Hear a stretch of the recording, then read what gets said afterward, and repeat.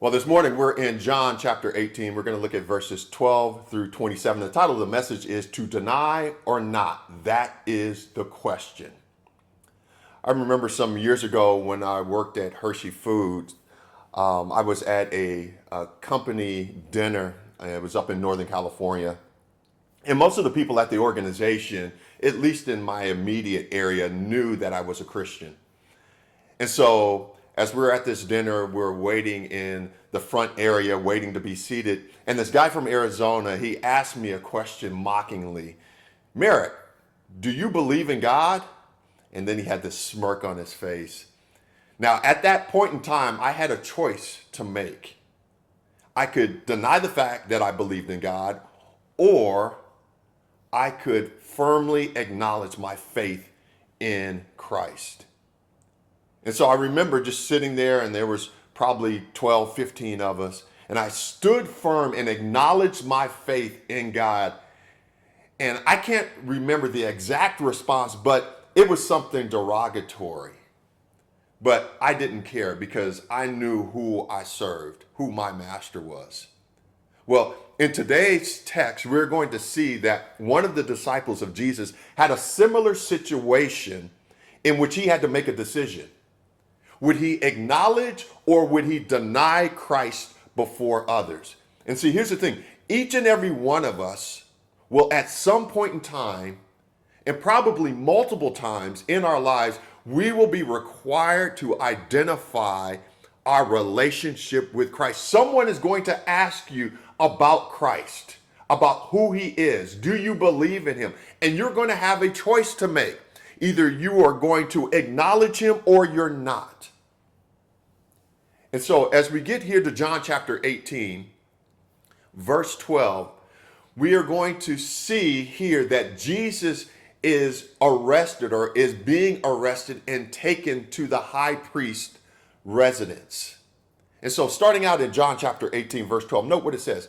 And so the Roman cohort and the commander of the officers of the Jews arrested Jesus and bound him. Now, remember last week as we're going through the text here in John chapter 18, remember Jesus and the disciples, they had the Lord's Supper together. After the Lord's Supper, they cross over the Kidron Valley and they go over to the Garden of Gethsemane. And remember, I said the Garden of Gethsemane was like the hangout spot for Jesus and the disciples. Again, if anyone was to ask, hey, where would I find Jesus and his disciples? Oftentimes people would say, go to the garden. And so Jesus and the disciples go to the garden. If you remember the Passion of Christ, the movie, that is where Jesus prays unto the Father, let this cup pass before me, but nevertheless, not my will, but your will be done. And then shortly thereafter, this mob comes to arrest him. That's where we're at this point. The Roman cohort and the commander and the officers of the Jews, they have arrested Jesus. They have taken him. And they're taking him to the high priest's residence. See, at this current moment, the arrest of Jesus starts the wheels in motion to complete God's plan. The plan of Jesus going to the cross and dying to address the issue of human sinfulness. Now, I've always stated this, that the biggest issue that the world faces is not necessarily climate change and war or hunger, human rights violations, global health issues, or poverty. And I'm not trying to minimize the importance of each of those issues, but the biggest issue for humanity is the issue of human heart, or the human heart. The human heart is evil and wretched.